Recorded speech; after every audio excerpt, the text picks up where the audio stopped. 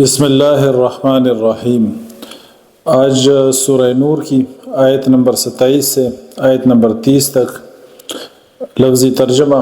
اور اس کا مفہوم بیان کریں گے۔ ان آیات میں معاشرے کو بے حیائی سے پاک کرنے کے لیے اللہ تعالیٰ نے کچھ قوانین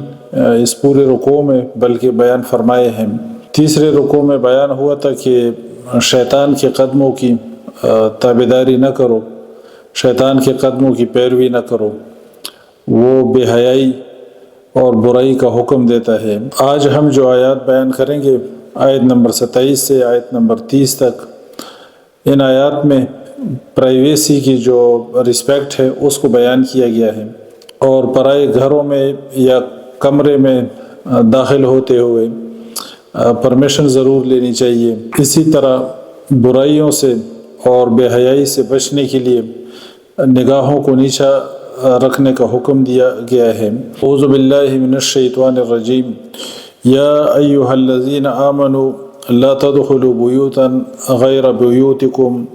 حتی تستأنسوا وتسلموا علی اہلہا ذالکم خیر لکم لعلکم تذکرون۔ یا ایہا الذین، اے لوگو، اے وہ لوگو، آمنو جو ایمان لائے، لا تدخلو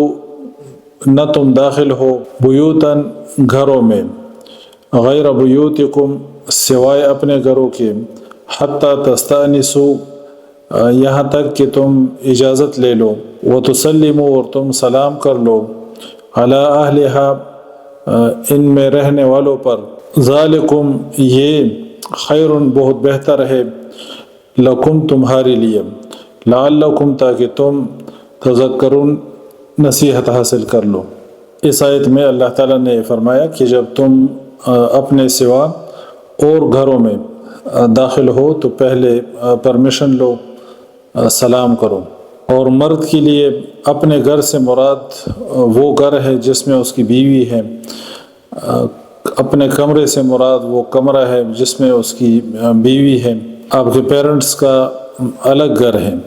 تو اس میں بھی اگر آپ داخل ہوں گے تو آپ پرمیشن لیں گے۔ اسی طرح بھائی کا گھر ہے، چچا کا گھر ہے، یعنی اپنے علاوہ جس گھر میں بھی آپ داخل ہوں تو پہلے آپ پرمیشن لیں گے۔ فَإِن پھر اگر لم تجدو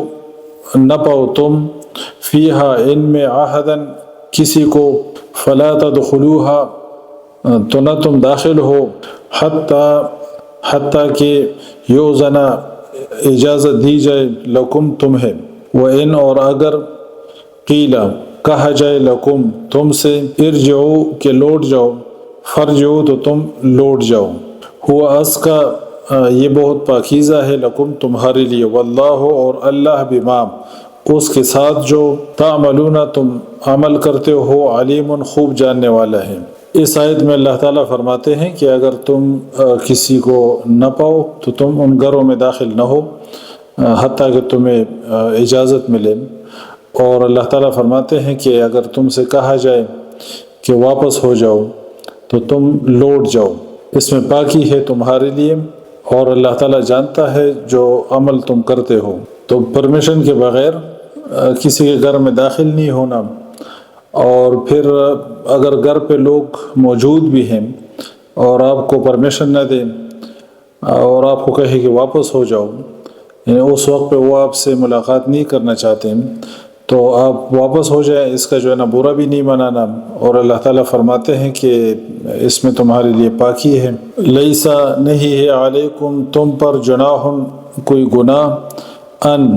اس سے کہ تدخلو تم داخل ہو، بیوتاً ایسے گھروں میں، غیر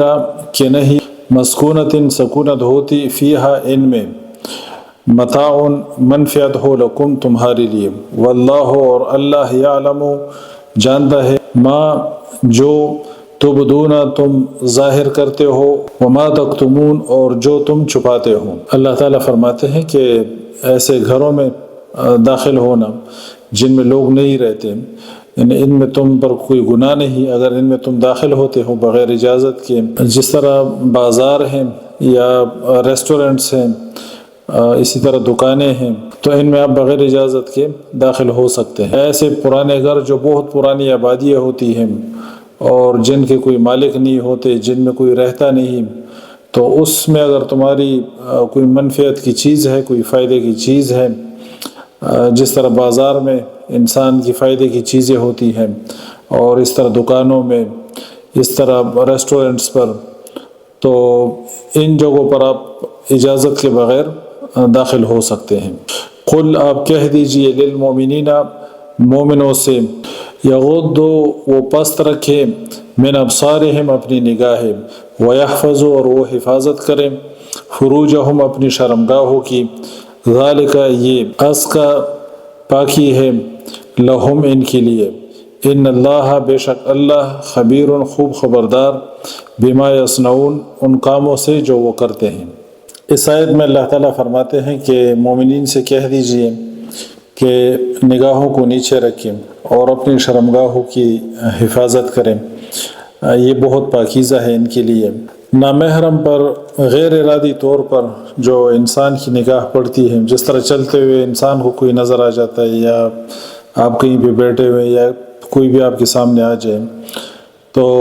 غیر ارادی طور پر جو انسان کسی کو دیکھتا ہے تو اس پہ پکڑ نہیں ہے، لیکن نگاہوں کو ٹکا کے رکھنا یا بار بار دیکھنا، اس سے جو ہے نا اللہ تعالیٰ نے منع فرمایا ہے۔ قل للمؤمنین یغضوا من ابصارہم ویحفظوا فروجہم ذالک ازکی لہم ان اللہ خبیر بما یصنعون۔ اس رکوع کی جو بقایا آیات ہیں وہ انشاءاللہ نیکسٹ اوکیزن پہ بیان کریں گے۔ سبحانک اللہم و بحمدک، اشہد ان لا الہ الا انت، استغفرک و اتوب الیک۔